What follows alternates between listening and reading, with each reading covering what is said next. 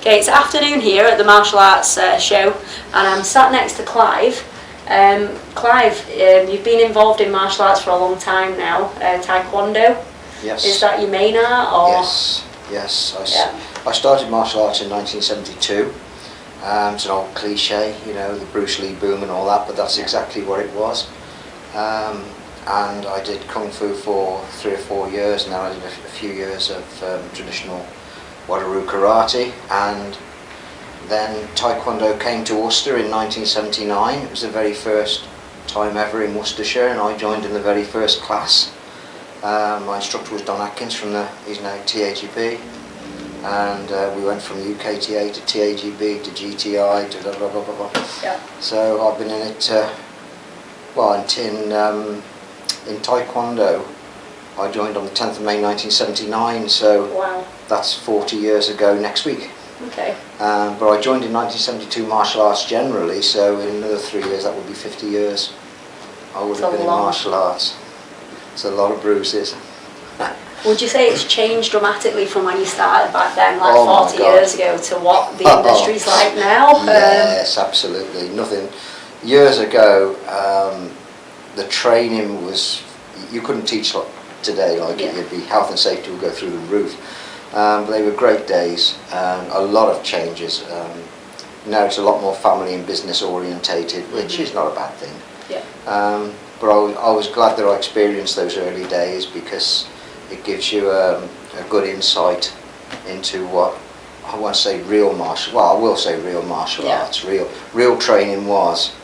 And a couple of years ago I was teaching the RAF in Gloucester, and they wanted to be taught, because it's a military, I didn't have to go easy on them. Yeah. And I beasted them, and they loved it, and it was like back in the day again. All of a sudden I was back there 20 odd years, 30 years ago, and it was great. But yeah, 8th degree now, and I've physically graded for every single grade. Which is a massive achievement, isn't it? Yeah, and I've done my time between each grades as well. Yeah. Never double graded, never skipped a grade, never been awarded a grade. I've gone out on the floor and earned it. To the book. Yeah, to the book. I am proud of that. I am proud of that. A lot of people will knock me for it, but... No, well, you've got it now, haven't you, where there's, well, I've noticed that you've got 6-year-olds, 7-year-olds with black belts, and you know, I remember the book used to say you could do a junior black belt. That's right. If you were lucky. That's right. When you got to 14, 15, but you'd have to regrade again when you got to 16. That's correct. That's correct. And it's that's the way that I run my club, to that old school book, because I think it's instilling something. Yeah. You could teach a physically talented, athletic kid probably to black belt. You could teach him the floor work to black belt, but you can't teach him the maturity. Yeah. So these 6, 7, 8-year-old black belts, although it's great to watch them, I was watching the youngsters on the stage today, and they were amazing. But there's more to being a black belt than just being physically good. You know, it's the maturity and the commitment and everything else. Yeah. That's me anyway. It's the old. I think it's probably going to have to at some point come back round full circle. Otherwise, you know, do you think it might lose its meaning a little bit? I think it's already lost its meaning a little bit. Okay. Business has took over, and I think business has started to dictate standards. Not with everybody, don't get me wrong. I know some really successful school owners out there who have got very talented students and very strict standards. Not with everybody, but I also see a lot of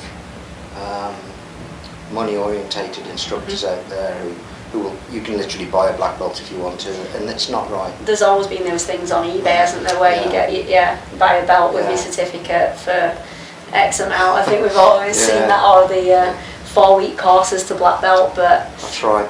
Going back to the training side of it, I mean, I remember starting before they had mats, so we didn't know really what mats were. Don't train. Very rarely do I train on mats. And I remember the club getting the first set of mats. Yeah. And when you did your sweeps, you weren't getting as badly hurt, which was nice. But the training was obviously very different back then. What kind of key things would you say were massively different? Massively compared to different. now? Well, in competition, way back in the early 70s, no sparring equipment. Yeah. Bare knuckle control, Mhm. real old school sparring, and then we got really lucky towards the end of the 70s. If you were a coloured belt, you could actually buy the little karate mitts that's The white. and the shin instep protectors. But then when you were a black belt, by then junior sparring equipment had come over, and you could wear the boots and the gloves and everything. It was that was it then. Completely different. Yeah, that was it then. Safety equipment changed everything with the sparring. Sparring without equipment taught you to control. I often talk about this to Grandmaster Hopwood now, because in his day there was no equipment, and he said he preferred it that way because you had to show more control, whereas when you get the equipment on, you can give somebody a whacking, Yeah. within reason. Do you think that the equipment sometimes gives a false sense of security? Yes.